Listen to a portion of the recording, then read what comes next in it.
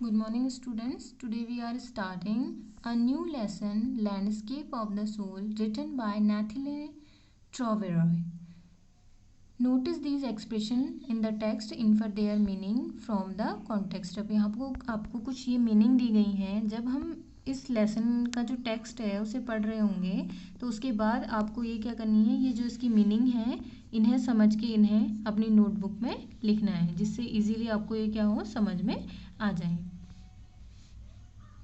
A wonderful old tale is told about the painter Wu Daozi who lived in the 18th century. A wonderful old tale is told about the painter Wu Daozi.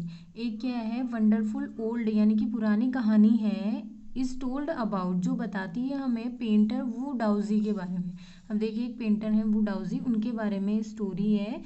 Who lived in the 18th century, और जो कहाँ रहते थे, 18th century में रहते थे, यानी कि जिसे आप 18वीं शताब्दी कहते हैं, 18th century. His last painting was a landscape commissioned by the Tang emperor Xuanzong to decorate a palace wall. His last painting, उनकी जो वू डाउजी जो है उन्होंने जो लास्ट पेंटिंग बनाई थी वो एक लैंडस्केप की उन्होंने बताई थी. लैंडस्केप मीन्स उसमें क्या एक दृश्य दिखाया था उन्होंने, commission by the Tang emperor Xuanzong, और जिसे क्या किया था, जो टैंग एम्परर जुआनजोंग थे उनकी कहने पे वो जो पेंटिंग है वो बनाई गई थी. To decorate a palace wall. अब देखिए दो चीज़ें होती है, एक पैलेस होता है एक प्लेस होता है, PLACE, एक प्लेस होता है एक पैलेस PALAC. जो दूसरा वाला पैलेस होता है, ठीक है, दूसरे वाले पैलेस में क्या होता है, देखिए ये जो L है इसके पहले भी यहाँ पे क्या आ जाता है, एक A आ जाता है. दोनों में इतना स्पेलिंग में ये डिफरेंस होता है. इनकी मीनिंग क्या होती है, डिफरेंट होती है. देखिए मीनिंग PLACE प्लेस का मीनिंग होता है स्थान या कोई पर्टिकुलर जगह आप जिसे बोलते हैं, ठीक है, स्थान या जगह, किसी प्लेस के बारे में बात है. और जो पैलेस होता है, पैलेस मीन्स होता है जिसे आप महल बोलते हैं, ठीक है, तो पैलेस होता है महल. तो ये यहाँ पे बात हो रही है, प्लेस की बात नहीं हो रही है, यहाँ पे बात हो रही है पैलेस वॉल की, यानी कि महल की दीवार पर लगाने के लिए, उसे डेकोरेट करने के लिए महल की दीवार को. और किसने बोला था, जुआनजोंग ने वू डाउजी से एक पेंटिंग बनाने के लिए बोला था. The master had hidden his work behind a screen. अब उसने क्या किया, जो मास्टर थे उन्होंने जो उनका वर्क था वो बिहाइंड अ स्क्रीन, उन्होंने उसे छिपा दिया. हिडन मीन्स होता है छिपाना, वो छिपा दिया गया था एक स्क्रीन के पीछे. So only the emperor would see, जिससे उन्हें ये लगे कि इससे ये क्या है, बस एम्परर के द्वारा ही इसे देखा जाएगा. For a long while the emperor admired a wonderful scene. और कुछ लंबे टाइम से जो है एम्परर वो उसे एडमायर कर रहे थे, एडमायर मीन्स होता है प्रशंसा कर रहे थे उस सीन की. डिस्कवरिंग फॉरेस्ट, और उसमें क्या थे, फॉरेस्ट दिखाए गए थे, हाई माउंटेन्स दिखाए गए थे, वाटरफॉल्स दिखाए गए थे, clouds floating in the immense sky, और क्लाउड्स जो हैं इधर उधर जाते हुए आसमान में ऐसे वो दिखाए गए थे. मैन ऑन हिली पाथ्स, और मैन दिखाए गए थे जो हिली पाथ्स में वो चल रहे हैं. बर्ड्स इन फ्लाइट, बर्ड्स दिखाई गई थी जो उड़ रही हैं. लुक शायर सेड द पेंटर, पेंटर ने ये सारी चीज़ें कही. In this cave at the foot of the mountain dwells a spirit, और उसने बोला था कि ये जो माउंटेन का फूट है, यानी कि फूट ऑफ माउंटेन मीन्स होता है जो माउंटेन की जिसे आप तलहटी कहते हैं, ठीक है, उसकी बात हो रही है. ड्वेल्स अ स्पिरिट, उन्होंने बोला था कि यहाँ एक क्या रहती है, एक स्पिरिट रहती है, एक आत्मा रहती है. The painter clapped his hands and the entrance to the cave opened. और जो पेंटर था उसने क्या किया, उस पेंटिंग को देखते हुए, पेंटिंग की बात हो रही है, आप यहाँ पे ध्यान देंगे, उस पेंटर ने जिसने वो पेंटिंग बनाई थी जिनका नाम क्या था, वू डाउजी था, उन्होंने क्या किया, पेंटिंग की ओर देखते हुए क्लैप की. क्लैप में जो अब ताली बजाना, उन्होंने एक ऐसे जैसे क्लैप किया ऐसे एकदम से. उसके बाद क्या हुआ, his hands and the entrance to the cave open, उनकी जो एंट्रेंस था केव का, केव मीन्स होता है गुफा, जो उसमें बनाई थी उन्होंने, उस गुफा का जो एंट्रेंस है यानी कि मुख्य द्वार जो है वो ओपन हुआ. द इनसाइड इज स्प्लेंडेड, और तब हमने देखा कि जो उसका इनसाइड था, उन्होंने ऐसा दिखाया इसमें कि जो उसका इनसाइड था यानी कि अंदर से था, वो कैसा था, स्प्लेंडेड था, बहुत सुंदर था. Beyond anything words can convey, और इतना सुंदर इतना अच्छा वो सीन था कि उसके लिए हमारे पास, मतलब उसके बारे में कहने के लिए हमारे पास वर्ड्स नहीं है. Beyond anything words can convey, जिसे कोई भी वर्ड्स व्यक्त नहीं कर सकते हैं. Please let me show your majesty the way. अब उसने बोला कि प्लीज़ लेट मी शो, कि लेट मी शो मुझे दिखाने दो, your majesty the way, the painter entered the cave, जो पेंटर था उसने क्या किया, केव के अंदर एंटर किया, but the entrance closed behind him, but उसी समय क्या हुआ, जो मुख्य द्वार था, जो एंट्रेंस था, वो क्या हो गया, जैसे पेंटर ने केव के अंदर एंटर किया तो अचानक से क्या हो गया, जो मेन गेट है वो भी क्या हो गया, बंद हो गया। And before the astonished emperor could move or utter a word, इससे पहले कि जो एम्परर है, ठीक है, एस्ट्रोनाइज मीन्स होता है आश्चर्यचकित, आश्चर्यचकित जो एम्परर हैं उन्होंने वो कुछ एक अटर अ वर्ड यानी कि एक शब्द भी कहते हैं, the painting had vanished from the wall, तो जो पेंटिंग थी वो क्या हो गई, दीवार से गायब हो गई। Not a trace of Wu Daozi's brush was left, और वुडाउजी का जो ब्रश है उसका भी वहाँ पे कोई निशान नहीं मिला। And the artist was never seen again in this world, और उसके बाद जो वो आर्टिस्ट था उसे इस संसार में दोबारा नहीं देखा गया। Such stories played an important part in China's classical education, और ये जो स्टोरीज हैं, इस टाइप की स्टोरीज चाइना का जो क्लासिकल एजुकेशन है उसमें क्या रखती है, एक इम्पॉर्टेंट पार्ट है उनका, एक इम्पॉर्टेंट भाग है। द बुक्स ऑफ कन्फ्यूशियस और जुआनजुंगी आर फुल ऑफ देम, और जो बुक है देखो कन्फ्यूशियस की और जुआनजगी की, तो वो क्या है, उसमें इस टाइप की आपको स्टोरी मिल जाएंगी, वो भरी हुई है ऐसी स्टोरीज से। They help the master to guide his disciple in the right direction, और वो क्या है, वो अपने दे हेल्प द मास्टर, उन्होंने मास्टर की हेल्प करी, to guide his discipline in the right direction, अपने जो उनके डिसिपल थे, जो उनके शिष्य थे, उन्हें राइट डायरेक्शन दिखाने के लिए। बियॉन्ड द एनेक्डोट, अब देखिए यहाँ पे ऊपर एक जहाँ पे हमने बात की थी एक्सप्रेशन की, वहाँ पे एक वर्ड आया था एनेक्डोट। एनेक्डोट की मीनिंग होती है, देखिए एक स्टोरी होती है जो रियल होती है, ठीक है, जिसे आप क्या कह सकते हैं, किस्से। देखिए एनेक्डोट यहाँ पे बात हो रही थी, रियल जो कहानियाँ होती हैं जिन्हें आप किस्से कहते हैं, हिंदी में जो एनेक्डोट की एक्चुअल में मीनिंग है वो क्या है, किस्से। जो किस्से कैसे होते हैं, देखिए किस्से जो होते हैं वो रियलिटी बेस्ड होते हैं, यानी कि वो क्या होते हैं, सच्चाई पे आधारित होते हैं। They are deeply revealing of the spirit in which art was considered, अब इसमें क्या है, दे आर डीपली रिवीलिंग, और ये जो हैं किस्से हैं ये कैसे हैं, मतलब डीपली रिवील करते हैं, वो व्यक्त करते हैं स्पिरिट को, जिससे जो आर्ट है वो जानी जाती है। Contrast this story or another famous one about a painter who would not draw the eye of a dragon he had painted। अब देखिए हो गया, इसी से जो कॉन्ट्रास्ट है एक स्टोरी, ठीक है, उसमें क्या है, और another famous one about a painter, और दूसरी जो है एक पेंटर के बारे में है, who would not draw the I of a dragon, उसने क्या किया, पेंटिंग बनाई, बट उसमें क्या किया, उसने ड्रैगन की जो आई है, जो उसकी आँखें हैं, ही हैड पेंटेड, उसने क्या करा, उनको would not draw the I of a dragon he had painted, जब उसने पेंटिंग करी तो उसमें उसने ड्रैगन की आई को नहीं बनाया। For fear it would fly out of the painting, क्यों, इस वजह से कि वो क्या होगा, पेंटिंग से क्या होगा, फ्लाई हो जाएगा, उड़ जाएगा। With an old story from my native Flanders that I find most representative of western painting, वो बोल रहा है कि मेरे जो मतलब मेरे क्या, जो मेरी नेटिव फ्लैंडर्स हैं एक, ठीक है, उनके जो नेटिव हैं वो कौन है, फ्लैंडर्स है, उनके बारे में बात हो रही है। That I find most representative of western painting, और मैंने उन्हें पाया कि वो क्या है, वेस्टर्न पेंटिंग के अच्छे खासे क्या हैं, जानने वाले हैं। In 15th century Antwerp a master blacksmith called Quentin Matsys fell in love with a painter's daughter, और उसमें क्या हुआ, एक 15th सेंचुरी की बात हो रही है, एंटवर्प है, एक मास्टर ब्लैक स्मिथ उन्हें कहा जाता है, इफ क्या है, a master blacksmith called Quentin Massys fall in love with a painter's daughter, तो जो क्विंटन मैस्टियस थे वो फॉल इन लव हो गए किसके, उसमें पेंटर की एक डॉटर थी उनके लव में। The father would not accept a son in law, तो फादर ने क्या किया, अपने जो सन इन लॉ है उन्हें एक्सेप्ट नहीं किया इन सच अ प्रोफेशन, कि उनका प्रोफेशन क्या है, एक उनकी ब्लैक स्मिथ है वो, तो इस वजह से उन्होंने क्या कर दिया, मना कर दिया।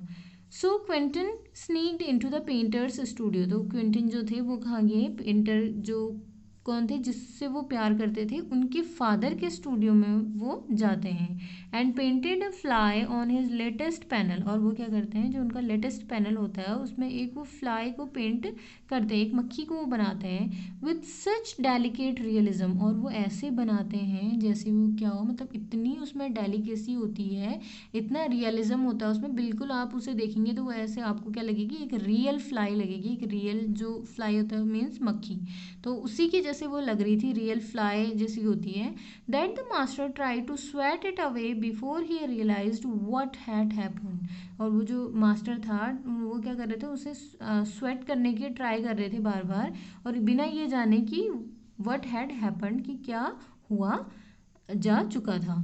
Quinton was immediately admitted as an apprentice into his studio. उसी दिन से क्या हुआ, जो क्विंटन थे उन्होंने क्या कर लिया, मतलब उनके जो स्टूडियो है उसमें क्या, उन्होंने अप्रेंटिस के लिए उनका स्टूडियो ज्वाइन कर लिया। ही मैरिड हिज बिलवेड, और उसके बाद उन्होंने क्या किया, अपने बिलवेड से मैरी कर लिया।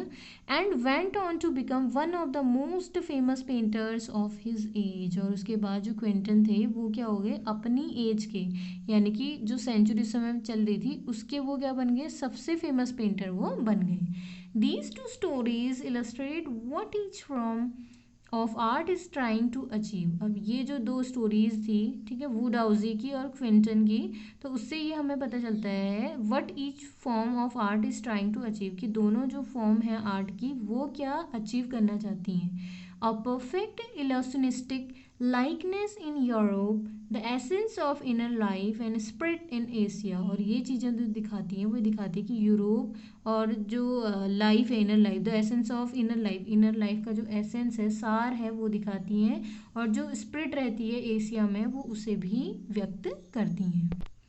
In the Chinese story, the emperor commissions a painting and appreciates its outer appearance. जो चाइनीज स्टोरी है उसमें क्या होता है, जो एम्परर होता है वो एक पेंटिंग बनाने के लिए कहता है, एप्रिसिएट्स इट्स आउटर अपीयरेंस, और वो क्या करता है, उसकी जो आउटर अपीयरेंस है, जो बाहर का उसकी दिखावा है, मतलब जो बाहर से हमें दिखाई देता है उसे वो अप्रिसिएट करता है। But the artist reveals to him the true meaning of his work. But जो आर्टिस्ट है वो रिवील करता है कि जो उसने वर्क किया है, यानी कि जो उसने पेंटिंग का काम किया है, उसकी जो रियल मीनिंग है उसके लिए, उस पेंटर के लिए, वो क्या है। The emperor may rule over the territory he has conquered. जो एम्परर था हो सकता है कि वो उस पर रूल करे, उस टेरिटरी पे जो उसने जीती है। But only the artist knows, but एक आर्टिस्ट ही है जो जानता है, the way within, let me show the way. जो क्या करता है, ये जानता है कि वे मतलब जो रास्ता है वो क्या होना चाहिए, लेट मी शो द वे, वो बोलता है कि मुझे दिखाने दो रास्ता। The Dow, a word that means both the path और द मेथड। डाओ, देखो डाउजी, जो हमने वो डाउजी की बात की थी, तो वो में से जो डाउजी है, DAO की मीनिंग क्या है, देखिए, अ वर्ड, एक ऐसा शब्द, that means both the path और द मेथड। इसका मीनिंग क्या है, पाथ भी है और मेथड भी है। And the mysterious works of the universe, और जो यूनिवर्स के पूरे जो संसार है उसके जो मिस्टीरियस वर्क हैं उन सभी से है। The painting is gone, painting क्या हो गई, चली गई।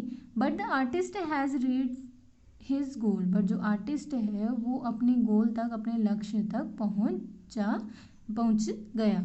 बियॉन्ड एनी मटीरियल अपीयरेंस, बिना किसी मटीरियल अपीयरेंस के वो उस गोल पे अपने पहुंच गया।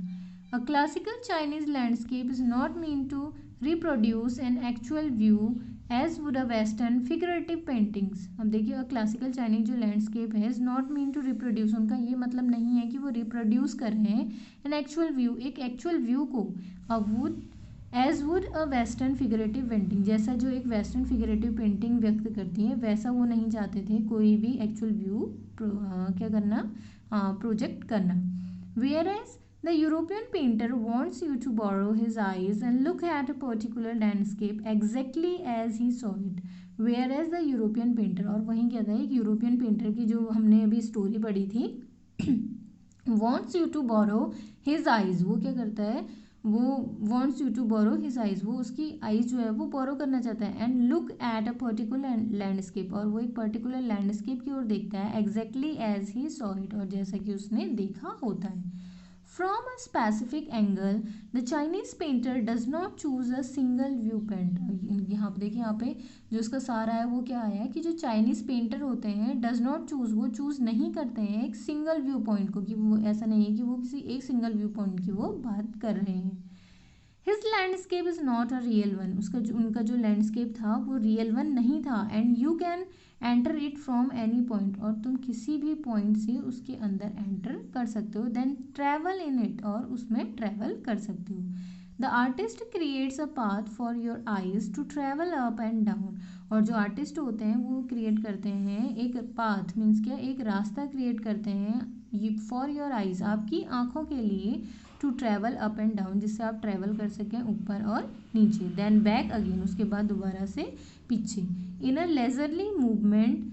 This is even more true in the case of horizontal scroll. वो बोल रहे हैं कि this is even more true, ये क्या है, ज़्यादा सत्य की बात है कि in the case of horizontal scroll in which the action of slowly opening one section of the painting, की जो एक सेक्शन है उससे जो एक्शन है वो स्क्रॉल होता है, then rolling it up to the move on to the other, up to move on the other, और वो रोल होते होते एक से दूसरी ओर वो जाता है। Adds a dimension of time, dimension of time भी दिखाता है वो, which is unknown in any other form of painting, जो किसी अदर जो फॉर्म, देखिए जो पेंटिंग होती है उसकी भी अलग क्या होता है, रूप होता है, फॉर्म होते हैं। तो वो बोल रहे हैं कि जो इस पेंटिंग की हम बात कर रहे हैं अभी कि कैसे उसमें पेंटर्स पेंटिंग करते हैं, तो उससे जो दूसरी पेंटिंग होती है वो कैसी होती है, डिफरेंट होती हैं। It also requires the active participation of the viewer, और ये क्या रिक्वायर करता है, इसे आवश्यकता होती है एक एक्टिव पार्टिसिपेशन की, कि आप एक्टिव होकर के उसे व्यू कर रहे हैं। Who decides at what pace he will travel through the painting, और तभी वो डिसाइड करता है कि आप किस पेस यानी कि किस गति से आप ट्रेवल कर रहे हैं उस पेंटिंग के अंदर। A participation which is physical, अब जो पार्टिसिपेशन है आपका विच इज़ फिजिकल, जो फिजिकल होता है as well as mental, physical भी होता है और साथ ही वो कैसा होता है, मेंटल भी होता है। देखिए एज वेल एज की मीनिंग जहाँ पे भी आपको लिखे तो साथ साथ, इसकी मीनिंग है कि साथ साथ, फिजिकल होने के साथ साथ वो क्या है, मेंटल भी। उसमें जो हमारा पार्टिसिपेशन होता है वो हम शारीरिक रूप से तो करते ही हैं, मेंटल यानी कि मानसिक रूप से भी हमें उसे करना होता है। The Chinese painter does not want you to borrow his eyes, जो चाइनीज पेंटर था वो नहीं चाहता था वॉन्ट यू टू, कि तुम क्या करो, एक जो आइज हैं वो बोरो करो। He wants you to enter his mind, वो चाहता था, he wants you to enter his mind, कि आप लोग क्या करो, अपने माइंड से उसके अंदर एंटर करो, उस लैंडस्केप, उस पेंटिंग के अंदर। The landscape is an inner one, a spiritual and conceptual space. अब वो बोल रहे हैं कि जो लैंडस्केप है इज एन इनर वन, वो क्या है, एक इनर वन है, मतलब हमारे अंदर से वो चीज़ें आती हैं। स्पिरिचुअल एंड कॉन्सेप्चुअल स्पेस, और वो कैसा है, स्पिरिचुअल है, आध्यात्मिक है, एंड कॉन्सेप्चुअल स्पेस, और एक क्या है, कॉन्सेप्चुअल स्पेस के रूप में भी वो जाना जाता है। तो सो स्टूडेंट, ये था हमारा first part, landscape of the soul. इसके थ्रू आपको इसकी जो मीनिंग है वो भी समझ में आ जाएगी, और जो रीडिंग है कि how to pronounce the word and what is the pronunciation of the difficult word. So like the video and subscribe the channel. Thank you.